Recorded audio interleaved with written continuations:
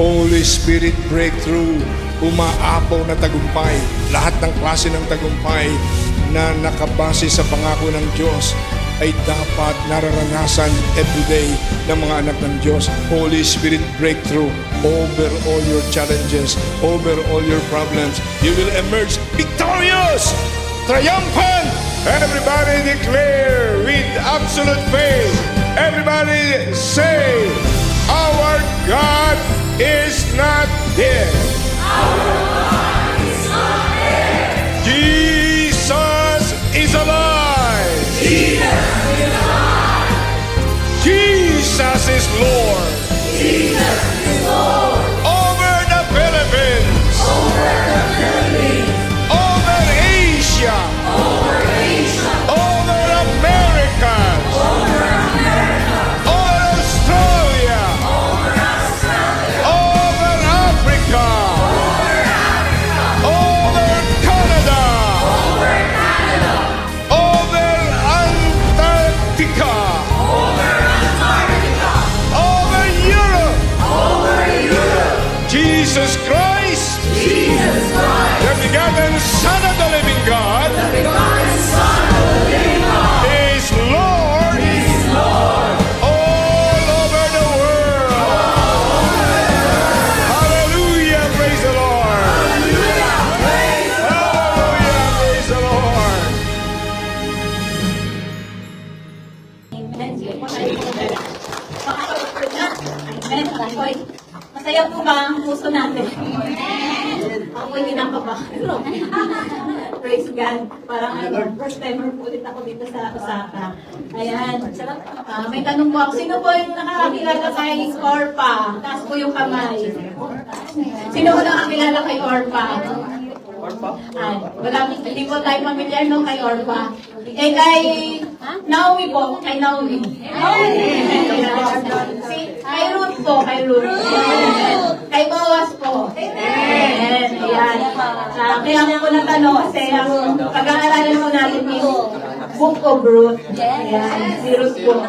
Si Naomi po. Ayan, ang title po na inilagay ng Lord sa puso ko is ayan, from bitterness to blessing. The story of Naomi. Ayan, siguro dito yung mga bitter. Ano yun ako yung katabi nyo kung bitter? Bitter ka ba bro? Ayan. Ayan po, ayan. Ayan, ano nga po ba yung background story po ng kwento po nito?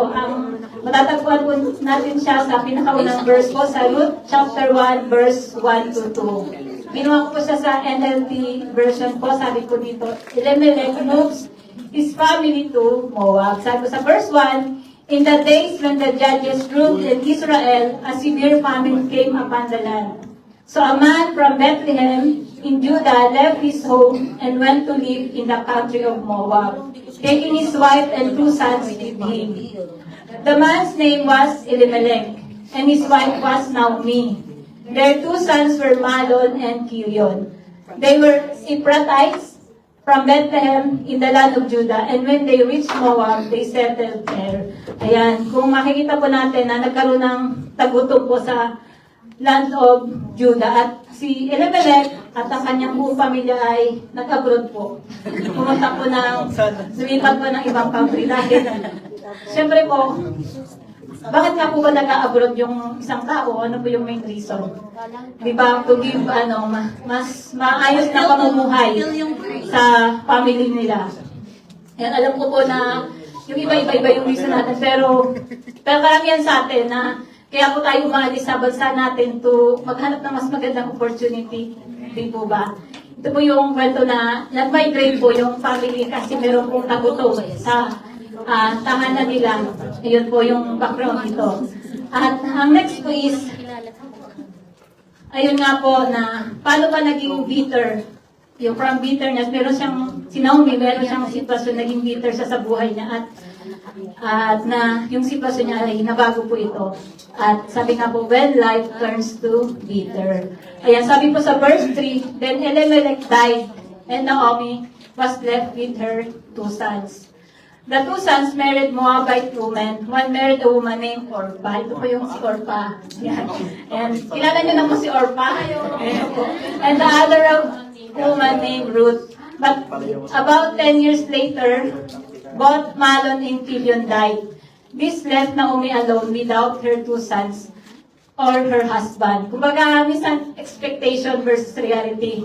Kaya naman kayo nagmugto para maging maayos yung pamumuhay niyo eh. Pero may mga pangyayari talaga sa buhay natin na hindi natin maiwasan na yung ina-expect natin ay hindi po yun yung nangyayari. Amen. At hindi po natin inasap yun sa pag-abroad natin. Kasi yung buhay natin, hindi talaga natin hawak, hindi natin alam kung kailan kukunin ni Lord kasi pahiram lang to eh. Katulad ko last year, yun nga po na yun namatay yung tatay ko habang nandito ako. Masakit po kasi parang, syempre gusto ko sila mabigyan, iyak na yan. Tapos, ganun, pero, ayun, thankful sa Lord kasi bago siya nawala, tinanggap niya sa Lord. Yun lang. Kaya po, naging bitter po ito si Naomi kasi, yun nga po na hindi inaasang pangyayari ay namatay po ang kanyang asawa at after 10 years naman po namatay din po yung dalawa niyang anak. Ayan, yun po yung, parang ang sakit po nito na, kayo po, ilang taon na po kayo dito sa Japan? Ayun, 25 years. Yun po. At yung next verse po is, ayun, nung bumalik siya sa bayan niya, sabi ng mga tao, yan na ba si Naomi? Pero sabi ang response ni Naomi, don't call me Naomi, she responded. Instead, call me Mara. For the Almighty has made life very bitter for me. I went away full, but the Lord has brought me home empty. Why call me Naomi when the Lord has caused me to suffer, and the Almighty has sent such tragedy upon me? Ayun nga po na, ayun, yun nga po sabi niya, hindi na siya si Naomi, siya na daw si Mara. Ano po ba ibig sabihin ng Naomi? Yan, ang ibig sabihin po ng pangalan na Naomi ay pleasantness, gentle, yan po, delightful, beautiful.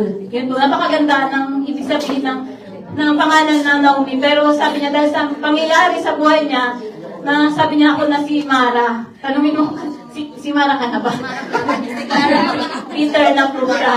Ayan, hindi po natin masisisi yung isang tao bakit siya naging bitter. Kasi hindi mo alam yung sakit, yung hirap na pinagdaanan niya sa buhay kung bakit siya naging si Mara na.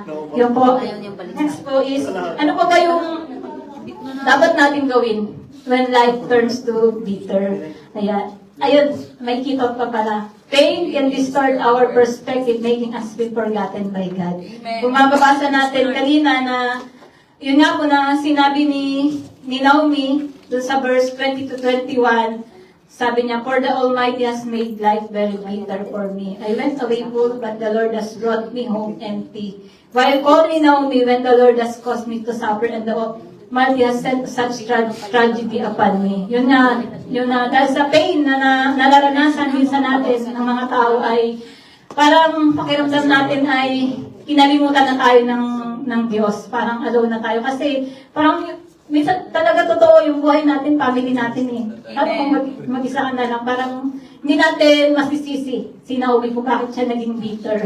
Kaya ayun, naintindihan ng Lord kung bakit may bitterness sa puso natin at si Lord lang ang makakapag-heal ng lahat ng pain, ng bitterness na ating napagdadaanan. Next po.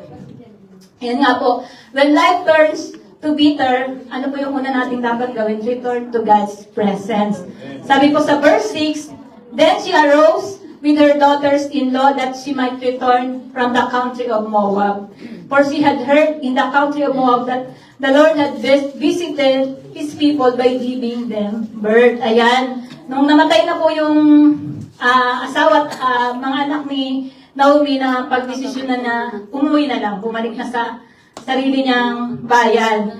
Ayan po, dahil narinig niya na ang Lord ay nandun, yung presence ng Lord. Binilas niya. Sa totoo lang, kahit nasa naman tayo kung nandun yung presensya ng Lord, nandun yung blessings. Amen. Amen po ba? At next po is, therefore she went out from the place where she was, and her 2 daughters-in-law with her, and they went on the way to return to the land of Judah. Ayun nga po na, ayun dahil nga, bless ulit ng Lord yung bayan ng Judah, sila ay nagpasya na umuwi na. Ayun dahil ito, para sa akin to kasi uwi na ako eh. Ayun sabi ko, kung kalooban pa ng Lord na bumalik ako dito or sa ibang bansa or sa Pilipinas na lang, eh, basta si Lord yung magpo-provide. Kasi, kaya naman tayo nag-abroad to provide sa pangangailangan ng family natin eh. Kung kaya naman, siyempre, kung kaya ng Lord na i-provide yung nandun ka na lang sa bakit ka pa alis, di ba? Amen po. Ayan po, kaya meron pong peace sa puso ko na si Lord yung kasama ko. Kahit nandito ako sa Japan or sa ibang lugar.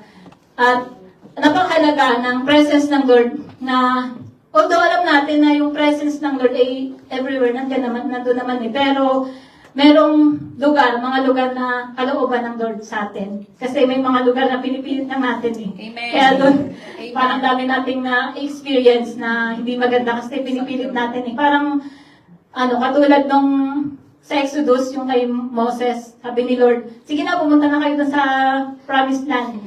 Pero hindi ko na kayo sasamahan kasi ang tigas ng ulo nyo eh. Pero yung prayer ni Moses, Lord, huwag mo kaming mapuntahin din kung hindi mo kami sasamahan, kung wala yung presensya mo.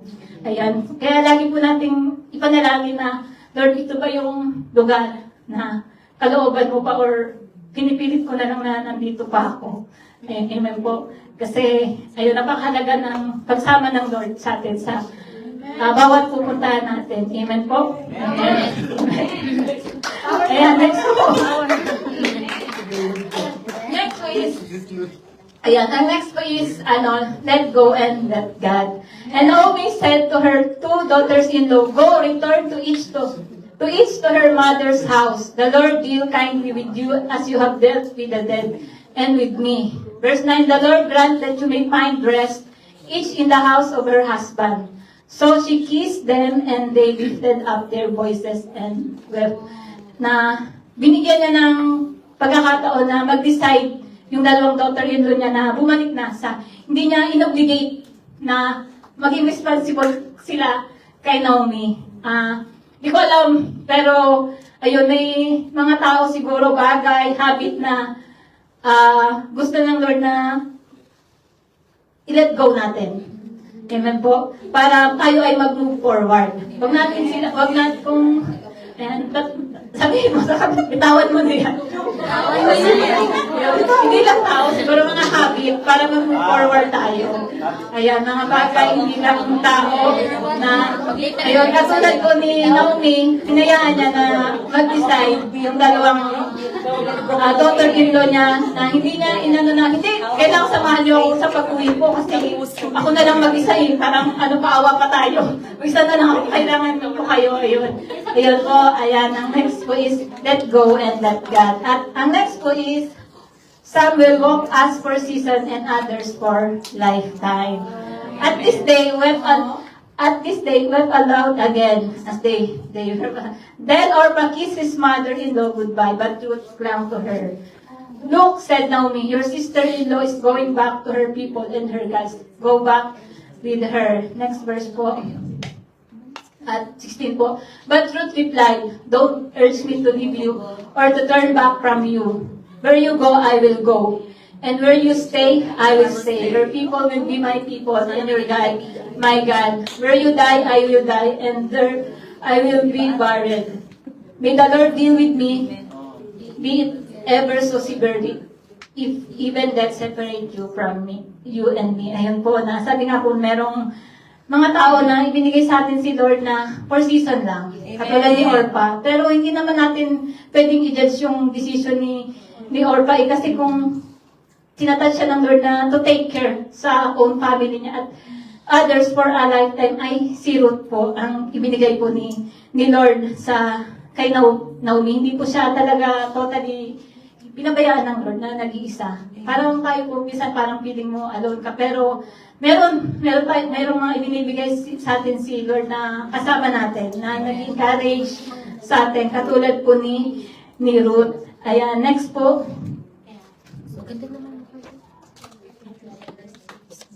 Ayan po.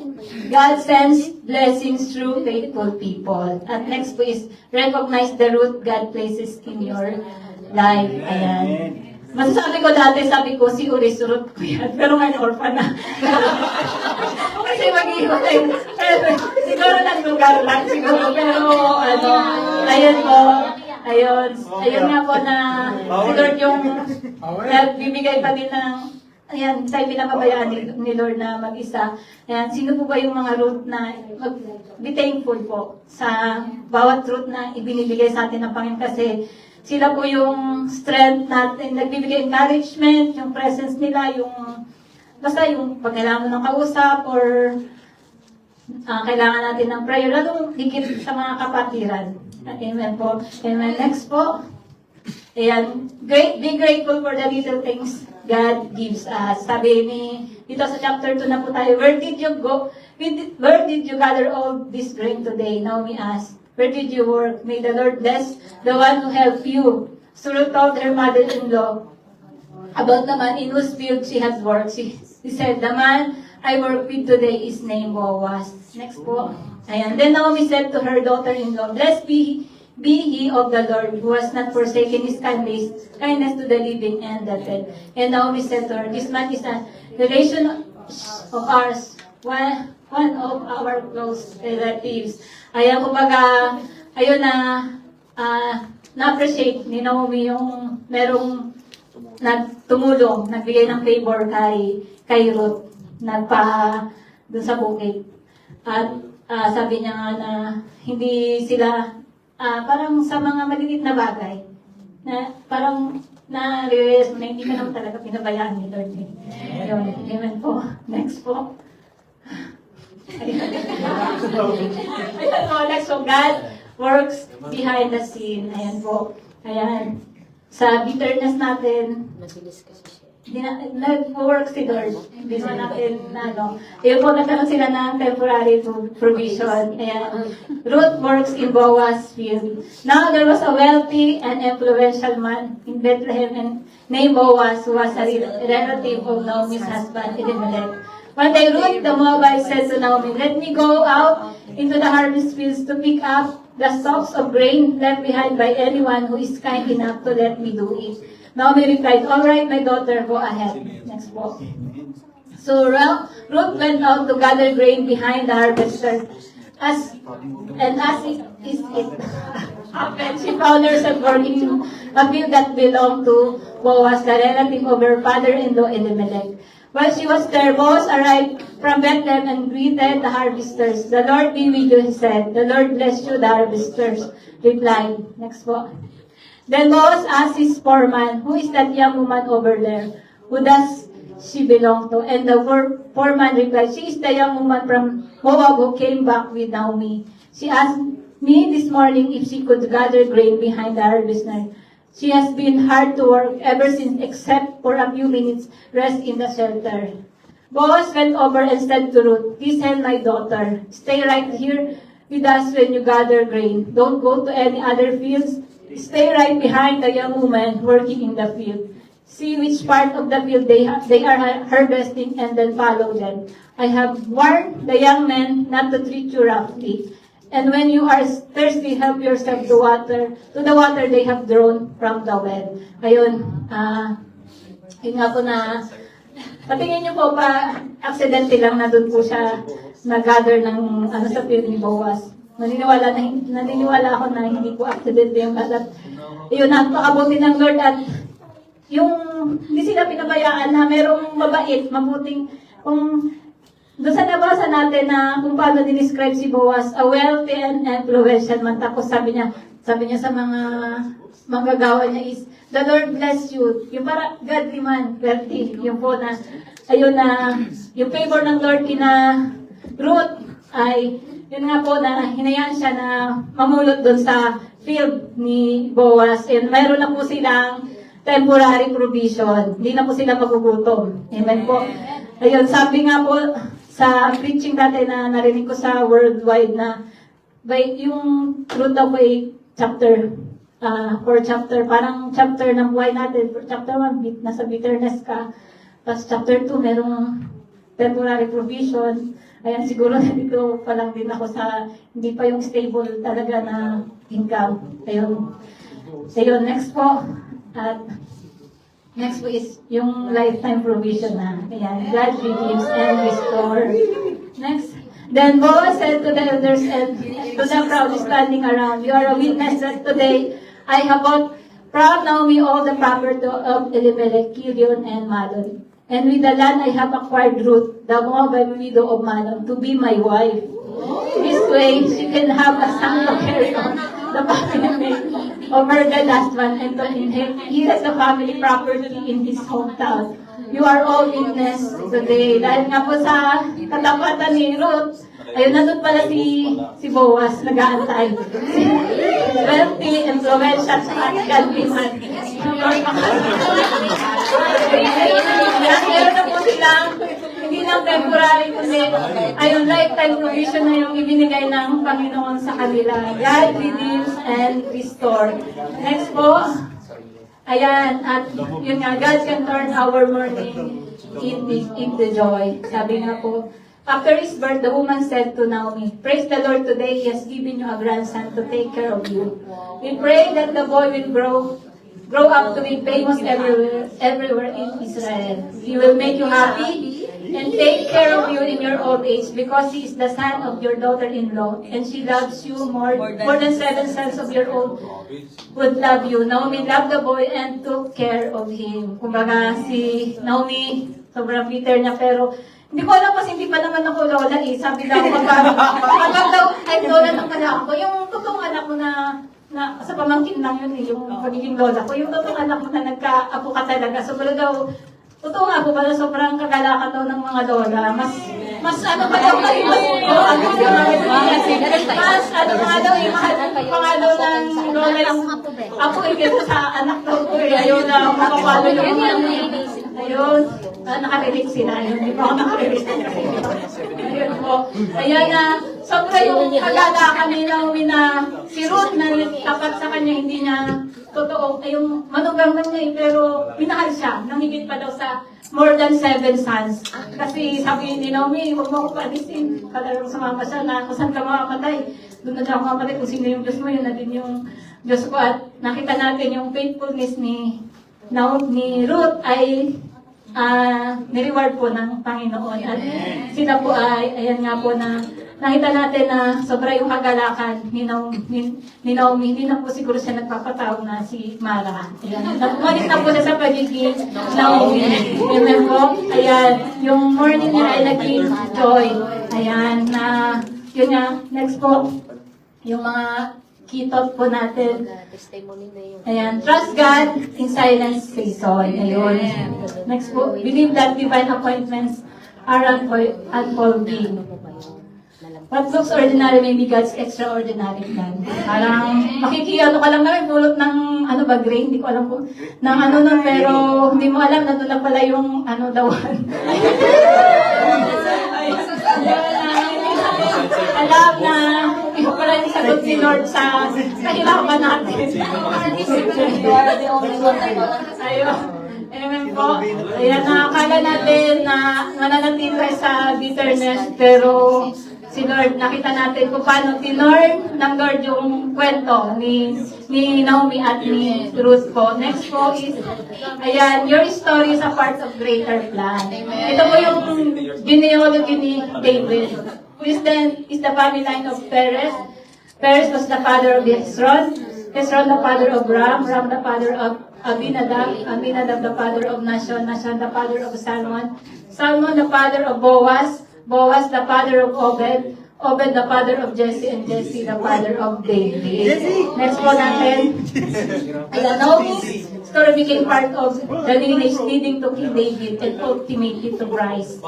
Her bitterness was not the end. God was writing a bigger story. Ayun, yung sa kanila pala magagaling si Lord. Parang sobrang blessed ng lineage yung family na kung isipin parang sobrang pangit ng madaming painful na pinagdaanan si Naomi. Pero nakita natin dito na may purpose nga si Lord, yung may greater purpose siya na may sinusulat siya. bigger story sa buhay ng bawat isa sa atin.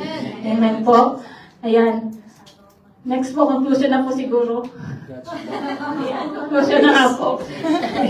Ayan. Ayan po, yung Naomi's journey teaches us, next to bitterness is real, but it's not final. Yun. Next po, God sends people to walk with us.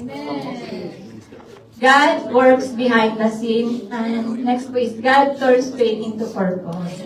Ayan. Totoo po talaga, hindi po tayo robot. Tayo po ay tao, may emosyon. Sa mga painful situation, nakakaranas po tayo ng bitterness. Totoo po ito.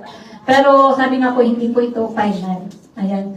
And, ayan, next po is, yan, ito po yung encouragement po natin. You may feel empty today, but God is not finished with your story. He can turn your mourning into joy, your bitterness into blessings, and your loss into testimony. Ayan. At ang hope po natin ay ang Panginoon. Kaya manatili lang po tayo sa presensya ng Lord kahit anumang bagyo, kahit ano pa yung pagdaanan natin.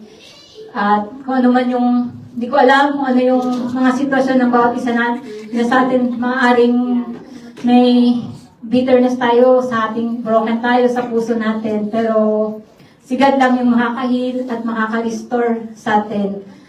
At hindi po tayo mananatili sa sitwasyon na yung katulad ni Naomi. Hindi siya nanatiling bitter. At pinalitan ni Lord ng joy yung kanyang bitterness. Ano man po yung mga alalahanin natin, patuloy na ipagkatiwala lang natin sa Panginoon.